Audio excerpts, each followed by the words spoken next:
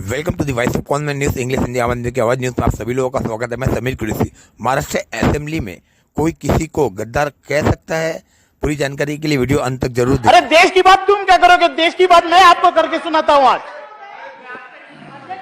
अध्यक्ष महोदय, चला अध्यक्ष महोदय, मुझे न्याय दीजिए, मेरा संरक्षण कीजिए। चला अध्यक्ष महोदय, ये क्या अध्यक्ष महोदय? वहां खड़े रह के एक सदस्य को गद्दार बोल रहे हैं। ये सत्तार जी आप सुन रहे हैं? रईस जी, ये आप सुन रहे हैं सत्तार जी? हाँ, क्यों इनको एक रईस शेख मिला जिसको गद्दार कहना है? हाँ, इस तरह से आप सुन रहे हो बैठ के वहां पर कि रईस शेख को खड़े रह के गद्दार बोल रहे हैं। क्या मैंने बोला? मैं खुलासा दे रहा हूं। अध्यक्ष महोदय, कोण ही रजा अकॅडमी? अरे बाबा, तुम्ही समाजवादीच्या पक्षाचे आमदार आहेत का रजा अकॅडमीचे आहेत? तुम्हाला काय एवढं झोंबतं? रईस शेख ज्या रजा अकॅडमीला या देशाचं संविधान मान्य नाही, त्यांना शरिया कायदा या देशामध्ये लागू करायचा आहे, अशा रजा अकॅडमीला साधं महाविकास आघाडीचं सरकार असताना हे लोक बंदी पण घालू शकले नाही. म्हणून अध्यक्ष महोदय, हिंदुत्वाची भाषा किंवा गद्दारी, बेईमानी हे लोकांनी तो बोलूच नाही हो. म्हणून बोलताना बघा समोर बसत पण नाही. एक असेंबली के सदस्य को गद्दार बोलने क्या? अध्यक्ष महोदय, इस तरह से ये प्रथा है इनकी। अध्यक्ष महोदय, अंतिम आठवड़ा प्रस्ताव पे आपने बोलने की मुझे अनुमति दी, इसके लिए धन्यवाद। और नितेश राणे जी के बाद बिल्कुल बोलने की अनुमति दी, उसके लिए भी धन्यवाद। अभी आप मत जाइएगा, अभी सुनिएगा आप। मैं आपको रजा अकेडमी के अंदर, उसके दफ्तर के अंदर आशीष शेलार जी वहां पर जाकर रजा अकेडमी के मौलाना को नमन करते हैं, वो पिक्चर्स दूं। अध्यक्ष महोदय, या सदनाचे सन्माननीय सदस्य आशिष शेलार जे सभागृहात नाही आहेत, 2 मिनिट, हा, त्यामुळे त्यांच्या नावाचा उल्लेख जो यांनी केलाय, बात करो ना अध्यक्ष महोदय, मैं आपसे बात कर रहा हूं। क्या कर रहे हो? पण फक्त अध्यक्ष महाराज असं होऊ नये की आम्हीच तुमच्याकडे बघून बोलायचं. कुणालाही मला मध्ये बोलायचा अधिकार नाही. मी त्यांनाही सांगितलं तुम्ही मध्ये बोलू नका. आणि सन्माननीय सदस्यांनी भाषण करताना अध्यक्ष, माझी एवढीच आपल्याला विनंती आहे, या चेअरवर आपण बसलात त्याची एक फार मोठी परंपरा आहे. आपण जसं सांगता की आम्ही आपल्याकडे पाहून बोलावं, तसं इतरांना पण आपण या इतरांनाही समज देतो. जबाबदारी इतरांनाही समज देणार. सर्व सभागृहाला हे सदनाची जबाबदारी आहे तेवढीच. शांत बसा. चला रईस जी. अध्यक्ष महोदय, धन्यवाद, आपने मुझे बोलने का मौका दिया। आज जिस प्रेम से आपने मुझे चिल्लाया, मुझे बड़ा अच्छा लगा। चलो, क्योंकि मैंने देखा कि नितेश राणे जी को भी आप किस तरह से संबोधित कर रहे थे और मुझे भी। अध्यक्ष महोदय, अभी मुझे बोलने का मौका दीजिए। मैं आपसे बात कर रहा हूं अध्यक्ष महोदय, क्योंकि मैंने आज बहुत प्रेम देखा आपकी तरफ से। अध्यक्ष महोदय जी, इस सभागृह में मैं एक सदस्य हूं, मैं आप सब की तरह चुन के आया हुआ हूं और मेरा सम्मान या मेरा अधिकार आप सबके बराबर है।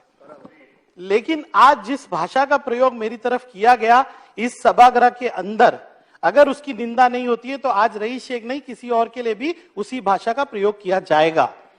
और अध्यक्ष महोदय, जब मुझको देखकर एक इंसान गद्दार कहता है तो मेरे लिए आपको संरक्षण के लिए खड़ा होना चाहिए अध्यक्ष महोदय, क्योंकि न्याय आपसे ही मांग सकता हूं। मुझे बताइए, इस सभागृह में एक सदस्य जो एक लोक प्रतिनिधि है, उसको गद्दार कहा जाए तो उसने क्या करना चाहिए? वो चेयर की तरफ देखता है, सम्मान के लिए, संरक्षण के लिए। अब मुझे बताइए आप, मुझे क्या करना चाहिए? हाँ, इसलिए कि मैं यहां पर एक गलत बात कही गई, उसके लिए मैं खड़ा हुआ, मैं उसके लिए क्षमा भी चाहता हूं। क्योंकि मैं बहुत सारे लोगों को देख रहा हूं, मुझसे बहुत सीनियर है, कोई 4 टर्म है, कोई 5 टर्म है, लेकिन इसी तरह से लोग खड़े हो रहे हैं। लेकिन अगर मैं खड़ा हो गया तो कोई गुनाह हो गया क्या? अध्यक्ष महोदय, गद्दार जैसा शब्द इस्तेमाल किया जा रहा है इस सभागृह के अंदर। बाहर की बात और है अध्यक्ष महोदय, हम अगर सीढ़ी पे खड़े रह के बोलते गद्दार अलग बात है, लेकिन यहां पर खड़े रह के एक सदस्य को गद्दार बोला जा रहा है। अध्यक्ष महोदय, आपसे न्याय चाहिए मुझे। वो कोई भी चीज रिकॉर्ड पे नहीं आएगी। और मैं सबको एक बार सबको फिर से कहता हूं कि ये सभागृह में कोई भी सदस्य रहो, एक में के ऊपर कोई भी आरोप प्रत्यारोप न करते हुए, जब आपका वक्त आएगा, जब आपने को बोला दिया जाएगा, वो टाइम सिर्फ प्रस्ताव पे आप बोले। अभी मैं मेरा भाषण बाजू में रख के कुछ बातें करना चाहूंगा, क्योंकि आज मुझे बड़ा प्रेम मिला है सभागृह में। अध्यक्ष महोदय, मैं सुबह से देख रहा हूं एक सम्मान्य सदस्य अलग अलग मीडिया के माध्यम से एक पर्टिकुलर कम्युनिटी को टारगेट कर रहे हैं। अध्यक्ष महोदय, मुझे बताइए, आज यहाँ पे रजा एकेडमी की बात की गई, बिना किसी पुरावे कहा जा रहा है कि वो कॉन्स्टिट्यूशन को नहीं मानते। ये किस तरह का आरोप है?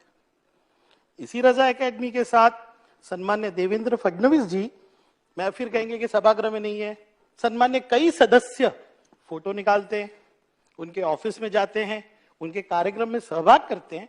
वो खुद यहां पर इस असेंबली के बाहर डालना हो या मंत्रालय के अंदर आते हैं। लेकिन अध्यक्ष महोदय, अगर हम किसी भी संस्था, किसी व्यक्ति पर अगर आरोप लगाते हैं तो उसके बैकग्राउंड को सोचा जाए कि क्या है। अगर कोई बात आपको गलत लगती है, आप तो अभी सत्ता में हो, आप उसकी इंक्वायरी कर सकते हो।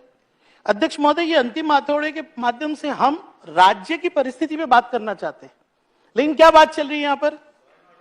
पर्टिकुलर एक सदस्य नहीं है, यहाँ पर उनको टारगेट किया जा रहा है। लॉ एंड ऑर्डर पे बात कीजिए ना, महिलाओं की क्या परिस्थिति उस पर बात कीजिए, गुटखा जो बेचा जा रहा है उस पर बात कीजिए, ड्रग्स की क्या हालत है उस पर बात कीजिए। आपको मैं बोलता हूं अध्यक्ष महोदय, जब से सरकार बनी या जो राज्य में परिस्थिति हुई, उस दिन से लॉ एंड ऑर्डर की परिस्थिति बहुत खराब है, लॉलेसनेस है।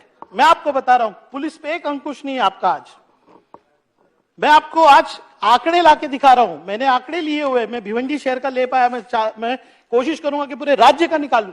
पॉस्को के केसेस की आप माहिती लीजिए कि पिछले 3 महीने में कितना बढ़ गया है, क्योंकि आपका ध्यान राज्य पे नहीं है, आपका ध्यान राज करने पे नहीं है।